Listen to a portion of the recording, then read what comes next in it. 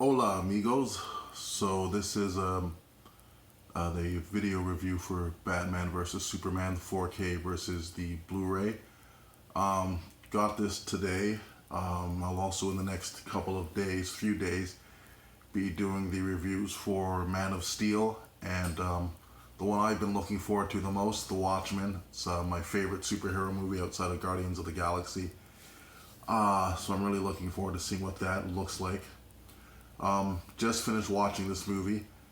Saw it in the theater, wasn't crazy about it, but having watched it a second time and being able to take the time to sort of watch the plot a little bit more carefully, and I'd seen some other people doing reviews for the film when it was released.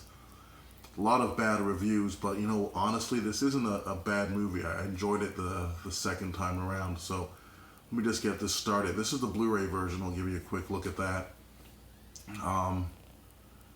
Very good transfer, as most Blu-rays are. My screen is 65 inches, as I've mentioned before, and I'm sitting about 7.5 feet away from the set. And again, as I mentioned in other videos, I can sort of see the pixel structure. Didn't notice it before because it was just what I was used to. Got used to looking at it, and it just kind of, you just kind of forget certain things when you get used to viewing them all the time.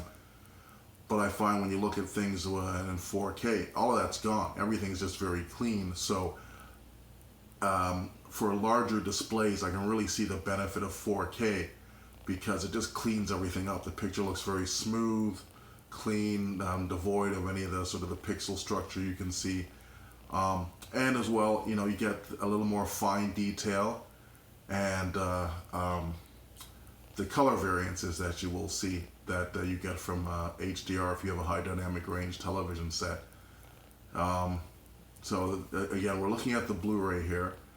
Now we're watching it on a 4K set, but I have it in game mode, which turns off the upscaler, the full array backlight, all of those things.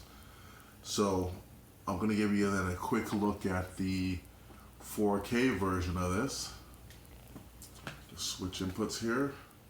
As I probably mentioned many times, I hate this remote for the Samsung sets. Okay, so here we go. Now, I don't know if the camera captures it, but it's very, very clean. Like, it looks like you're actually standing in the room looking at the image. It's very clean. Of course, with the higher nits to the television set, the lights and explosions, everything is just brighter. The color, if you look at the vehicle, it has more of a dark matte look to it. I often find with 4K, one of the things you can really tell the difference is looking at anything's texture and the variance in the color, whether it's supposed to be, say, a matte or a metallic finish, brings it out a lot more.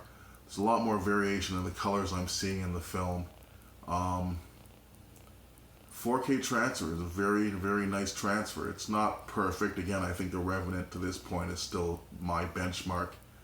But I'm interested to see what Man of Steel looks like because that's already a very good Blu-ray transfer, as is The Watchmen. Watchmen's one of the best Blu-ray transfers you can get your hands on. So it'll be interesting to see The Watchmen in 4K.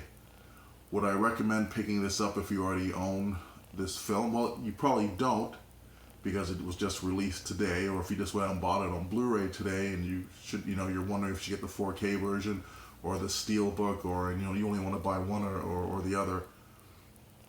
I would definitely say if you have a 4K set, buy it, because again of how clean the image is versus what I've noticed with the Blu-ray. If you have a 4K set with HDR, you're really going to see more of the benefits, so I would definitely recommend it as well. Great transfer. For picture quality, I would give it a 4 out of 5. I'd give it a 4, 4.5. Sound quality, I find the sound in this film is good, but I find sometimes the sound effects are a little sort of muddled together versus what you'd hear in The Revenant or the Star Trek films, where I find there's a lot of really great separation in the surround. This is good, but I don't think it's at that level. Star Wars The Force Awakens, that kind of thing. And story, it's not a bad film. I mean, I would give it a 3, maybe a 4. It's one of those films you have to watch more than once to truly appreciate. Anyway, hope this helps you make a purchase decision, and look out for my Superman and my Watchmen reviews coming in the next couple of days. Take care, everybody.